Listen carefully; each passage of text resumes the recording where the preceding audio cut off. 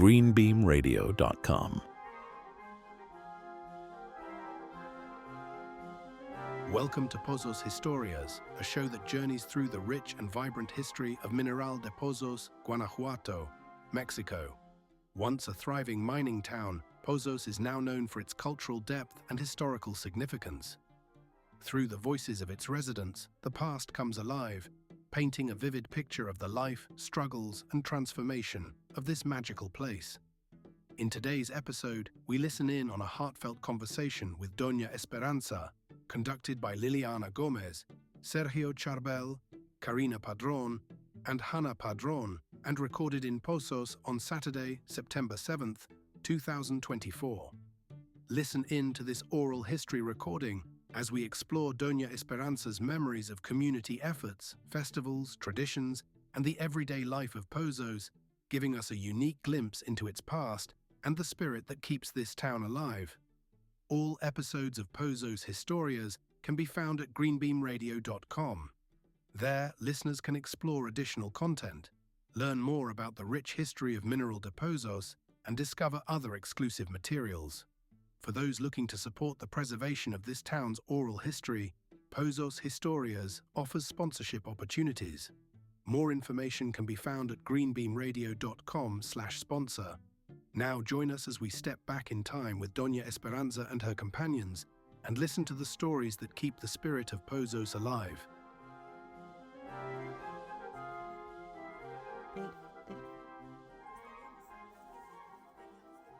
Today we are visiting Doña Esperanza in her family home in Pozos.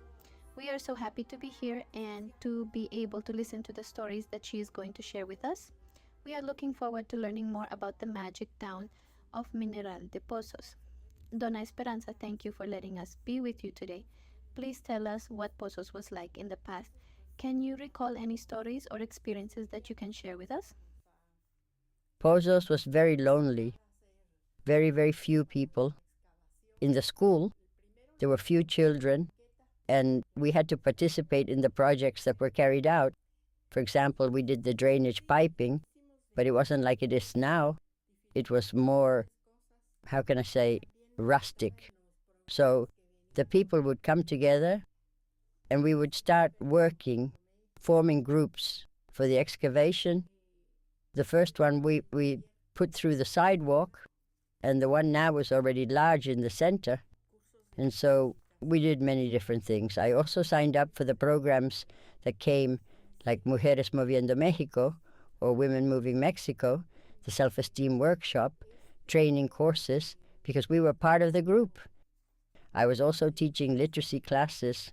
Look, this is from the youth ministry, training for the mobile network. This was a program that came from Guanajuato, and so many different things, because at that time we lacked many things here.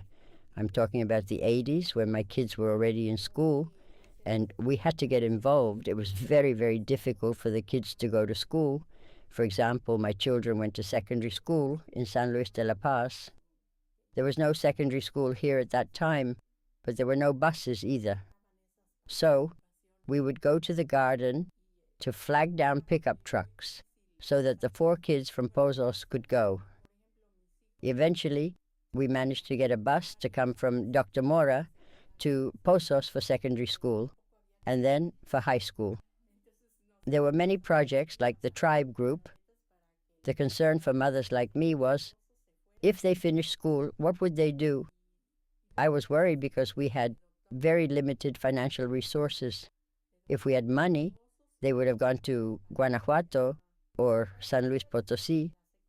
Then the tribe group arrived, and we started to come together. They were taught how to make pre-Hispanic instruments. I imagine they taught what little was left of the old Mexican culture, because there weren't many formal documents, but we were learning from everything that was salvaged. To this day, my kids still make those instruments, and over time, everything was done with the people of the town, like the construction of the school, which, by the way, is very beautiful. Miguel Hidalgo School in the morning and Vasconcelos in the afternoon. The government built the school, but the wall which is quite large, was built by the parents who came together to keep working. There were also distractions, like the Pozos festival. Normally, Pozos was very lonely, but on festival days, there were a lot of people. On May 3rd, we went up to the Santa Cruz. Back then, there were no fences, so everyone would go up.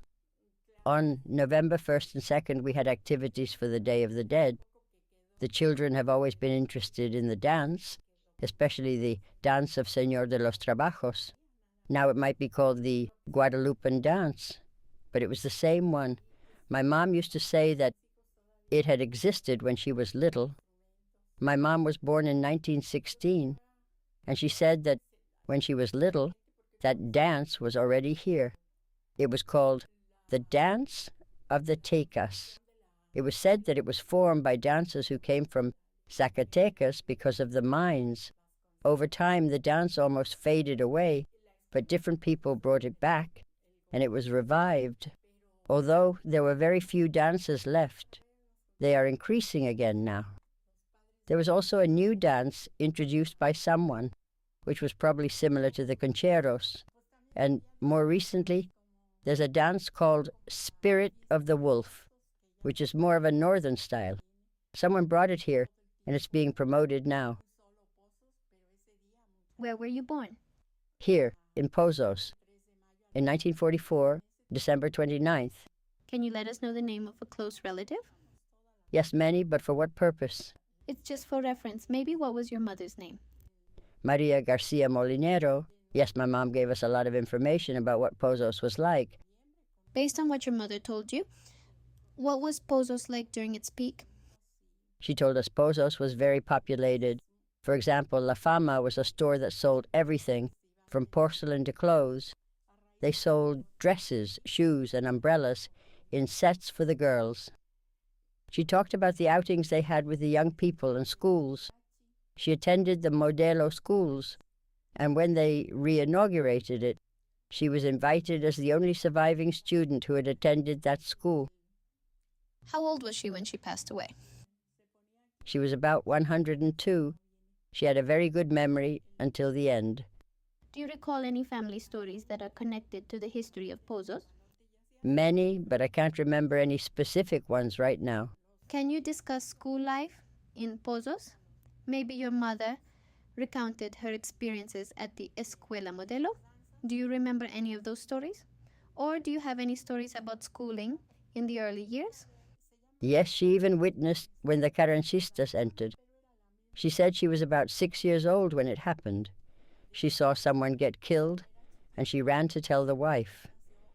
The woman fainted upon hearing the news. She said she was around 5 or 6 years old when that happened.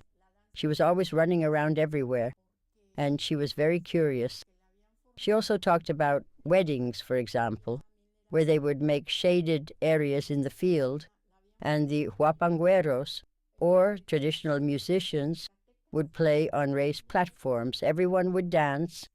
That's how things were. She would tell us many stories. About the celebrations? Yes, when everyone would gather and walk to San Juan de los Lagos, many, many things. Walking all the way there, from Pozos? How long did that take? I don't remember how long it took. But they walked all that way? Yes, they would walk a good part of the way. Nowadays they still go, but they take trucks for part of the journey. I remember going once, but I was exhausted by the time I reached the foothills of the Santa Cruz. I wanted to turn back. Can you tell us more about the Cerro de la Santa Cruz? Did you go up every year? Yes, on May 3rd. There's a landmark called La Mojonera, and when I got there, if I took 10 more steps, my head would start hurting. I had to slow down a bit, but on the way down, the pressure in my head would ease. Are there any stories that you can recall about the Day of the Dead traditions? What do you remember about the way you celebrated when you were younger? It wasn't like it is now.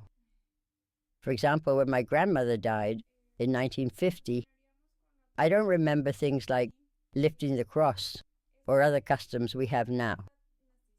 There were the 9 days of prayer, but not many other things. Those customs came a little later. probably as Pozos became more populated.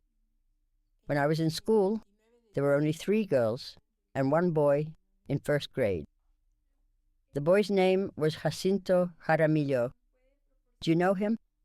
He was the only boy with 3 girls, Ruth de la Tejera, Teresa Villaverde, and Alicia Rojas. My brothers went to school too, but they only went for 2 years in 4th grade because there was no 5th or 6th grade. My mom sent them back to 4th grade again to keep them out of trouble. That would give them an opportunity to really learn the material. That's good. Yes, so they could learn properly. Can you talk about typical foods that might have been available in Pozos in its early years? It was much better back then because everything was more natural. Starting with the milk, almost everyone had their own cows and animals. We also had agua miel, a sweet drink made from the sap of agave plants, which was very good. My Aunt Juana, who lived to 94 years old, said she always drank agua miel, and that's what kept her healthy. Both she and my mother lived long lives in good health. My mother was still chatting with my son, just 3 hours before she passed away. They also rode horses. I remember my mom saying that to deworm us, they would put mezcal and chili in a bottle, and every 6 months they would give us a small shot of it. They also used plants for a lot of remedies like herbal teas. We still have an old cedron tree. Its trunk is really thick now, but we still make our usual cedron tea. On the ranch, I remember they would give us things to eat, sometimes out of necessity. I don't know if it was due to lack of money or lack of stores, but I remember my grandmother baking little cakes in sardine tins in a small oven built into the wall. She would bake them for us.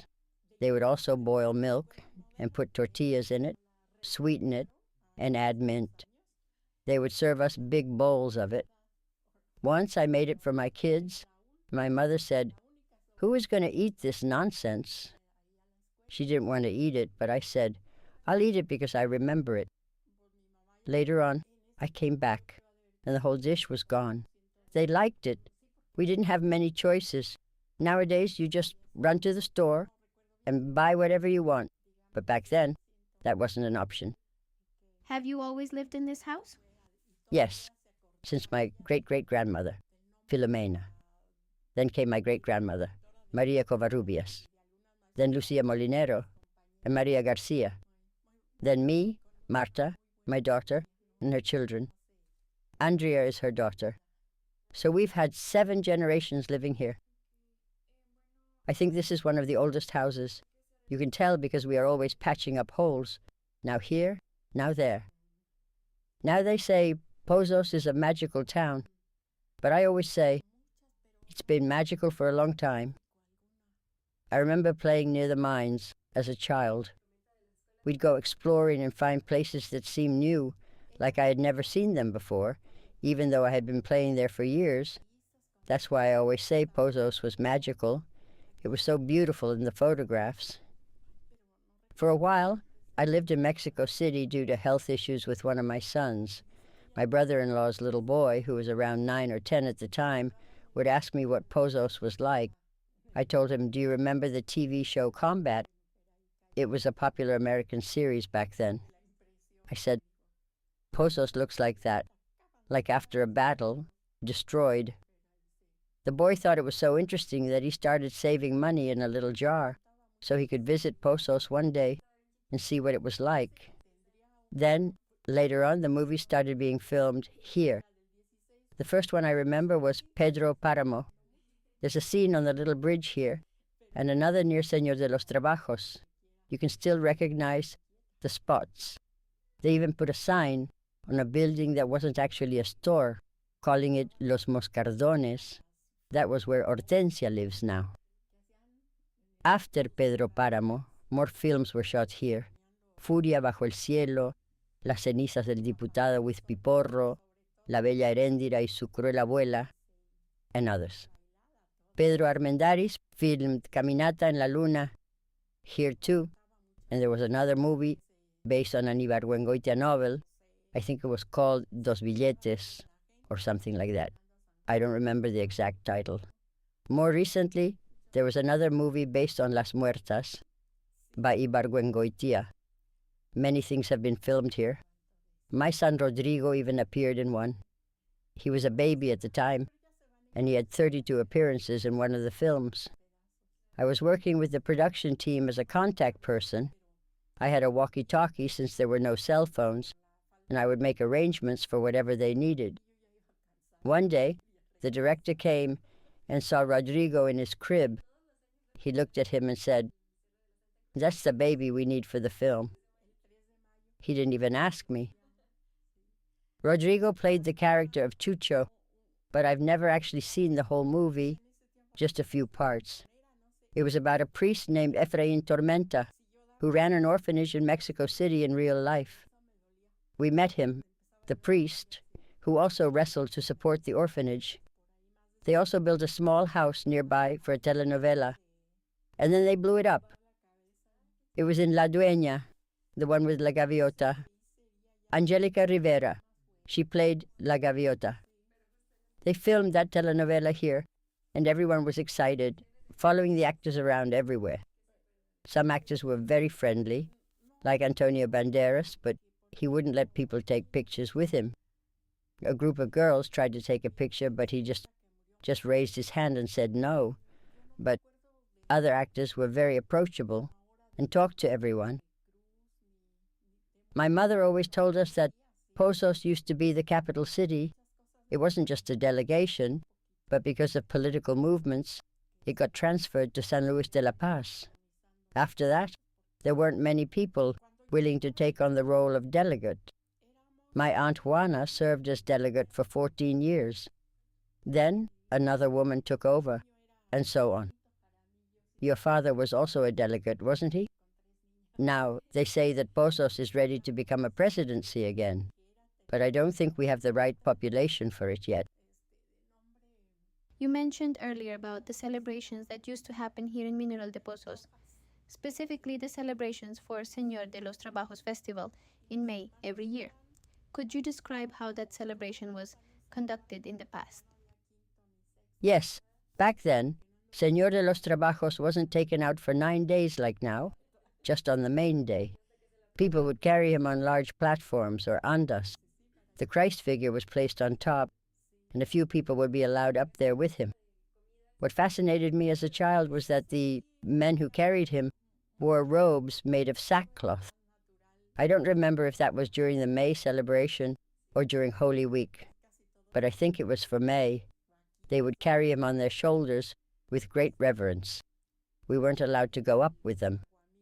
Although Pozos was usually very quiet, that day would always bring in many people. There were a lot of customs. For example, when people went on pilgrimage to San Juan de los Lagos, when they returned, all of us kids would run outside to meet them. They would give us little clay whistles shaped like corn or some sweets. We would always look forward to that day because of what they brought back from San Juan de los Lagos.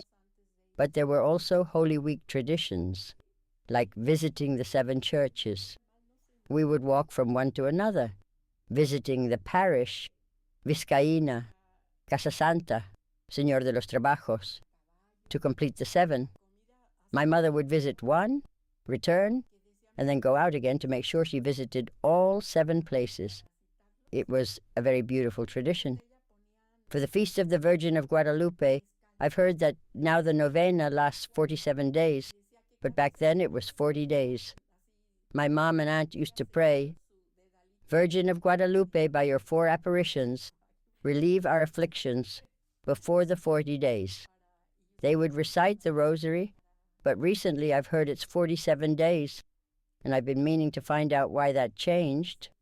Do you think any important traditions have been lost over the passage of time? Maybe the custom of setting up altars for the Virgin of Sorrows during Holy Week and giving out flavored water. That used to be very common, but I don't see it much anymore. Ophelia was the last one I know who kept that tradition of giving out water, especially lemon water with chia seeds. That was very popular.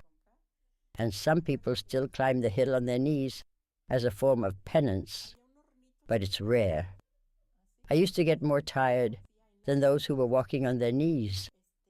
I can't go anymore, but I give my blankets to the women who accompany the pilgrims, and they bring them back for me.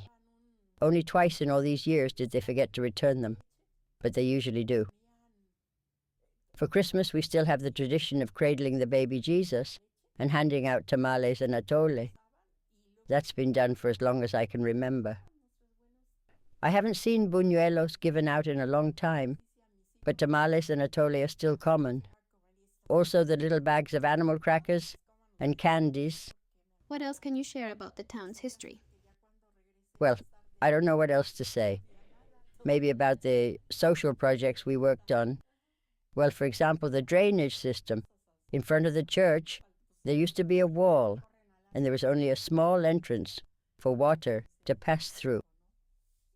With the help of the delegate, Hilo Filomeno Jimenez, and myself, we organized kermeses, fundraisers, with the townspeople to cover up the arroyo and create the plaza. We raised money and did the work ourselves. This is where the dances and celebrations are held now. And when the asphalt road was built, the project was divided into 3 parts: the federal government, the state government, and Pozos.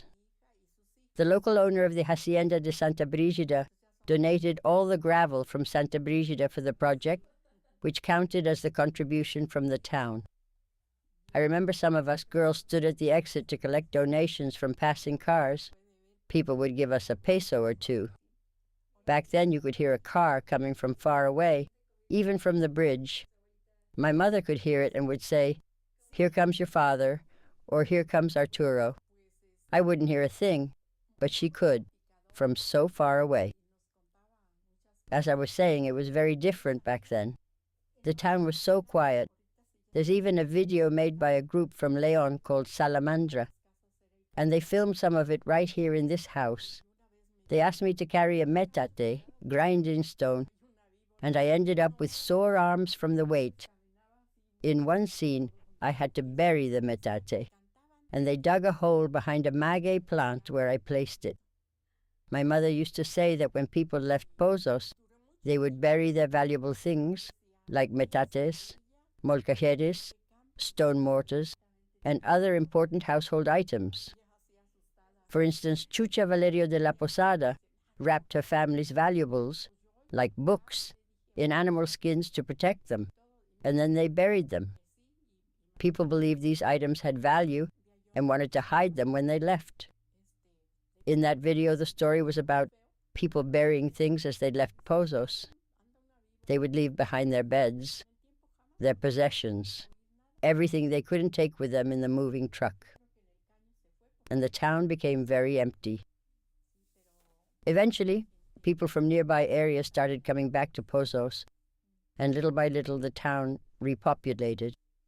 My mother used to talk about the neighbors, the Packmans, who lived on the corner. She said they were English, or maybe American. The English family in town was named Lesher, and there were also French families. What about myths or beliefs?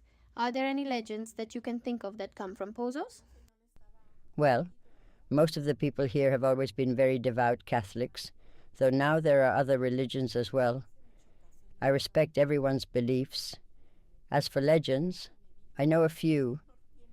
For example, there was a story about a procession that left from here to San Juan de los Lagos. It was said that while a procession of the living would leave Pozos, another one of the dead would leave the cemetery.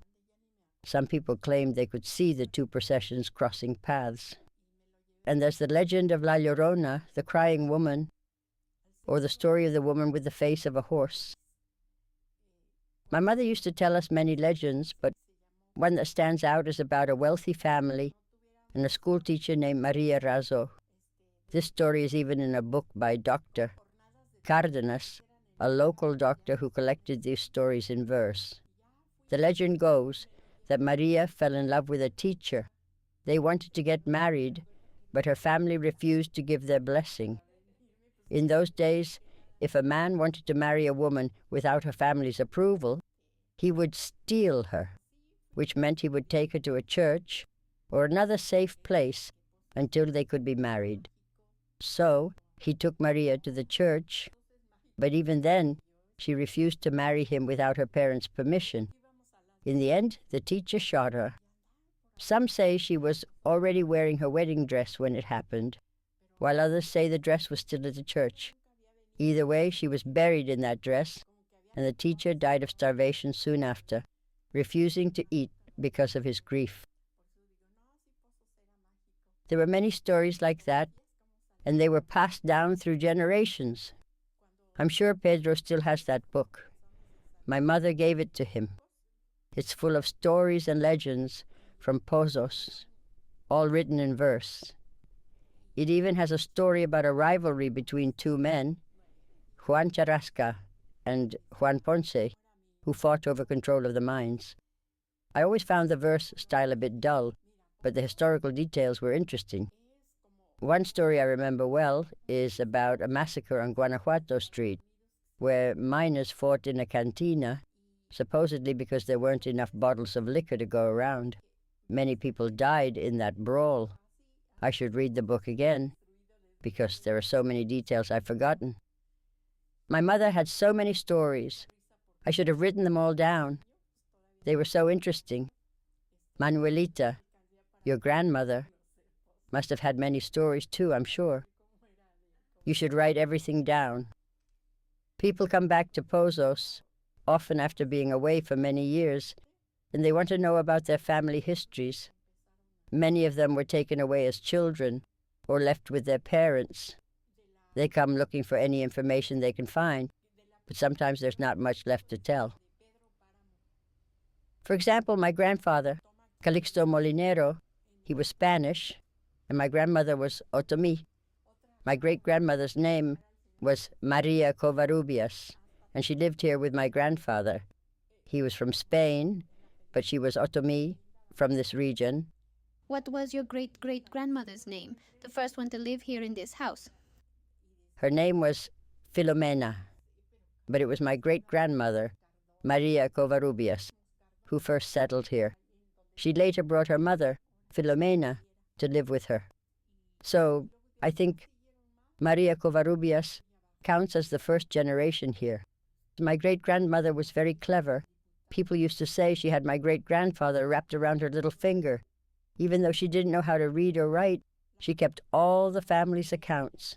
She would use little marks and symbols, circles, crosses, and lines instead of numbers. Do you still have any of her old account books? I'm not sure. I'll have to ask Juan about that. We also had a recipe book my mother kept, which included all kinds of old recipes. One of them called for buying a taco of lard, which was just 1 cent's worth of lard. My mother used to say, "Buy a taco of lard," to make certain dishes. Unfortunately, many things were lost over time. There was a trunk we had, which got wet when the roof caved in. Most of the papers were ruined. But we do have one important document, a paper that belonged to my great-grandfather, who was a soldier in Spain. It's his travel permit that allowed him to come to Mexico after his father passed away. He didn't get along with his mother's new husband, so he left Spain and came here. This document has his photograph and describes him, his eye color, skin tone, everything. I still have it, even though it got a bit damaged from the water. It's still legible. That's incredible. Thank you so much for sharing all of this with us. I hope it's been helpful. I sometimes feel like I'm rambling on without much of a point. Not at all. Everything you've shared has been fascinating and very helpful. We really appreciate it. Well, if you're interested, I can show you that old document or the recipe book. Pedro has a copy of the Book of Legends, too, so I could lend you that if you'd like. Pedro gave me a copy of the book that contains all the legends. To be honest, I found it a bit boring to read because of the verse, but it's full of interesting stories about Pozos. There's also the story of Juana Lucio that my mother used to tell. Juana Lucio was my great-aunt, and she's known locally, though I don't have any official confirmation of her being Juana Gallo, like in the legends. There are three well-known Juanas, one from Chihuahua, one from Aguascalientes, and the Juana Lucio from here. I believe Juana Lucio from Pozos could also be Juana Gallo. People used to speak dismissively of her, calling her the soldier's woman, as if that was something to be ashamed of. They would say, "Oh, that soldier's woman, Juana Gallo," as an insult. But I believe she was also the Juana Gallo mentioned in the corrido, traditional Mexican folk song. In the song, it says they killed her chon, short for Encarnacion, and her husband's name was indeed Encarnacion Olguin, a colonel. There are many details that make me believe this story is about her. My mother and Aunt Asuncion used to tell stories about how Juana Lucio was captured in Silao. They were going to hang her the next day, but she was more worried about them seeing her legs and feet during the execution, so she tied her rebozo, or a shawl, around herself like a diaper to maintain her modesty. In the end, she wasn't hanged because a group of prisoners were freed and she was rescued. It's such an interesting story, and it surprises me that schools here don't teach this local history. I bet they don't talk about her at all, do they? It's so important because it's part of the town's history. When they brought her husband's body through town after he was killed at the Rincón de Holguín, they passed through the garden while she was held in custody at the delegation. They were playing the waltz Alejandra when they carried his body through the town square, and she wasn't even allowed to attend his funeral. There are so many stories like that. In one battle, she gave birth to a baby in the field because there was no midwife, and the baby died shortly after. She buried the child right there, using her rebozo to carry him. I've always been so fascinated by these stories, and about 5 or 6 years ago, Juana Lucio's granddaughters held a meeting to talk about her. Some people from town who didn't know her said things like, "Why are they talking about her? She wasn't even from here." I was tempted to say something, but I held my tongue. Of course she was from here. People just don't know their own history anymore. There's even a movie about Juana Gallo starring Maria Felix, but I'm not sure if that film is directly based on Juana Lucio's life. Still, I believe the song is about her because it mentions her husband Chon, or Encarnacion Holguín, and everything matches up with the stories my family told me. And there are even books about her. Have you heard of the writer Tarquin? In the Alhóndiga de Granaditas in Guanajuato, there are 3 volumes written by Tarquin. Guillermo Velázquez, the Huapanguero, told me that the 2nd volume talks about Juana Lucio. There's a part where they talk about how she saved Tarquin's life right here in front of this house. He was about to be killed, but my great-grandmother, Maria Covarrubias, or maybe it was Lucia Molinero, stepped in and saved him. I'm not sure which one of them it was, but she intervened to save him. Lucha wrote a book as well that I can lend you. It mentions how Juana Lucio would go into battle, and she always carried a rebozo. Unfortunately, I have a condition from a surgery I had on my head, and I get dizzy sometimes. That makes it hard to focus on reading long stories these days. But it's part of life. Oh, and Rodrigo, my son, was also in a film. They were filming something about a priest named Efraín Tormenta, who ran an orphanage and fought in the ring as a wrestler to raise money for the orphanage. Rodrigo was just a baby, and one day the director saw him in his crib and said, "That's the baby we need for the film." Rodrigo ended up playing a character named Chucho. I've never seen the whole movie, only bits and pieces. That's amazing. Thank you so much for sharing all these stories with us. We are so glad we had this time together. You're welcome. I hope they're useful for your work.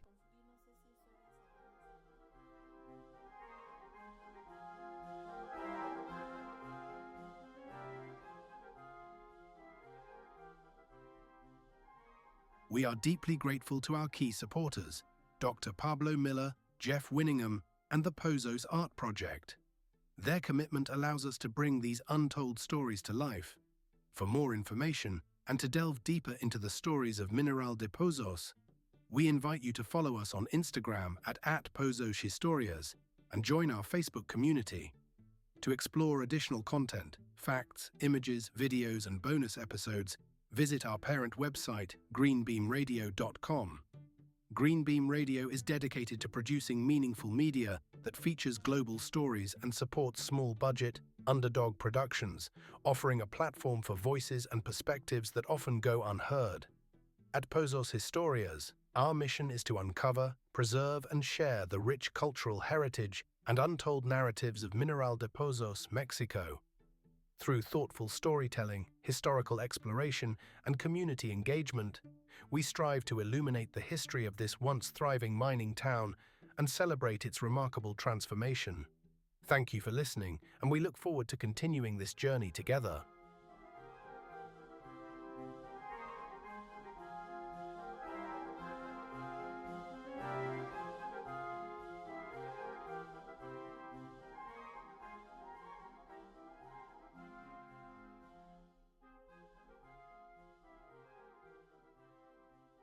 GreenBeamRadio.com